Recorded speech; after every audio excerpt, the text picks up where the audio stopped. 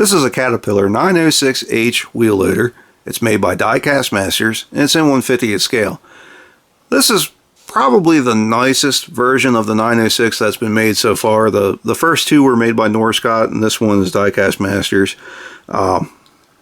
It just looks very good. There's not a whole lot to it. It's a fairly small model. It's a compact wheel loader.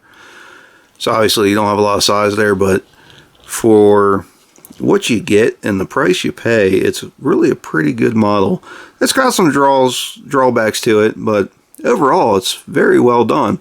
Right off the bat, you can see it's got a lot of good detail to it. It's got a lot of intricacies.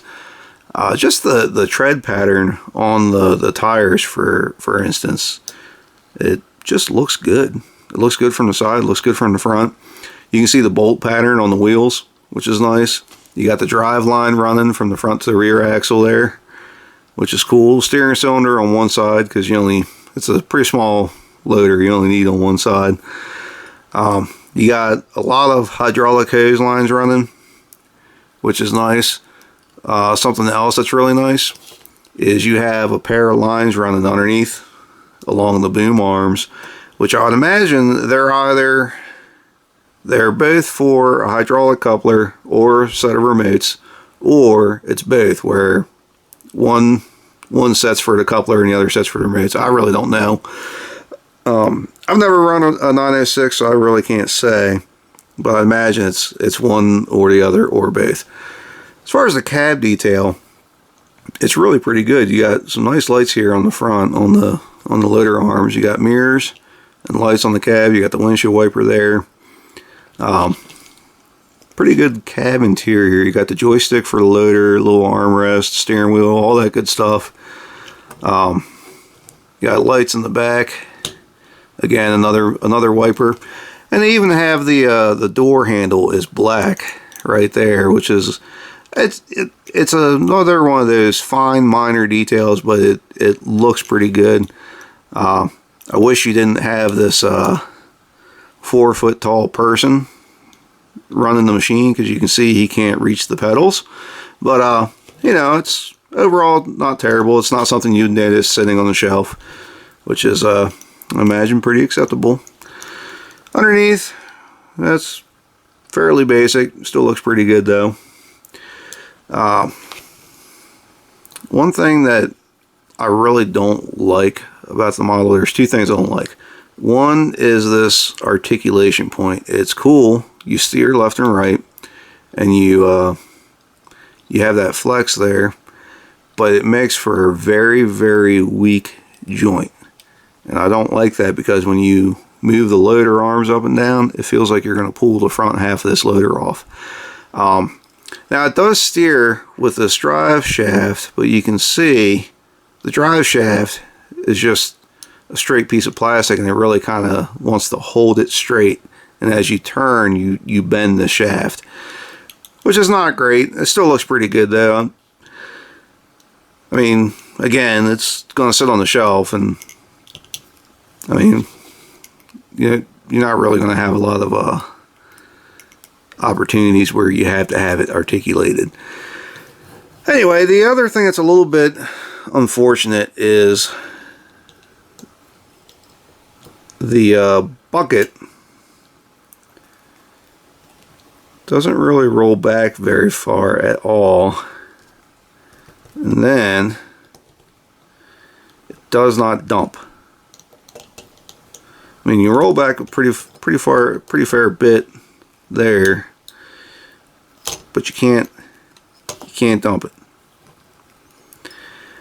And it'll come up to see what I mean though about that joint? It's so weak.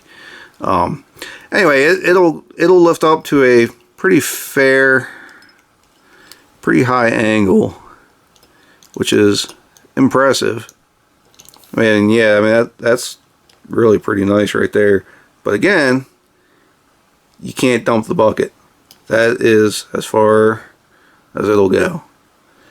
I mean, maybe you can get a little bit more out of it, but I don't want to break the thing. And rolling back, it looks great there. But as you bring it down, you really can't get a whole lot out of it. So anyway, I mean, I guess that's a pet peeve, really. Now, like I said, this is the third version of the 906. The other two were made by Norscot. I think they were both just straight 906. I don't think the second one had a series letter to it. I could be wrong, but I think they were both straight 906s.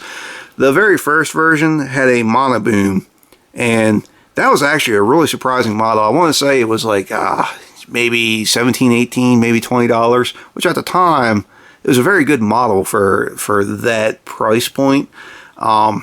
The range of motion in that monoboom was also very good, which again was surprising, especially coming from Norscot. They really did a very good job with it. And then when they did the second version, they added a lot of detail. It looked similar to this, but not quite as refined. The first version, I mean, it was all right, but there wasn't a whole lot of detail to it. There wasn't any mirrors, no lights, nothing like that. No hydraulic lines, no drive shaft underneath. At least I don't think there was. I'm pretty sure there wasn't. But it wasn't bad. The second one, it added the drive shaft, and there was a couple other things, and it was a lot better. But overall, like, I think this is probably the best of the three. One other thing that's really interesting is you have these pins here. I almost forgot to mention this. It really looks like you can pull these pins out and take the bucket off. But if you look at the other side here, you can see those rods look like they're crimped on this side of the bucket, and I don't think they come out. I've tried to pull them, but I just can't quite get them out. Like I said, I don't want to break them, but they really look like they should be able to come off of there. So if you know if they do come off, let me know. Maybe I'll give another shot at trying to get those pins out. Anyway, that's about all I have. If you have any questions or comments, or if you know that those bucket pins come out, let me know. As always, thanks for watching. If you'd like to see more of what we have, please subscribe to Maryland Construction Diecast.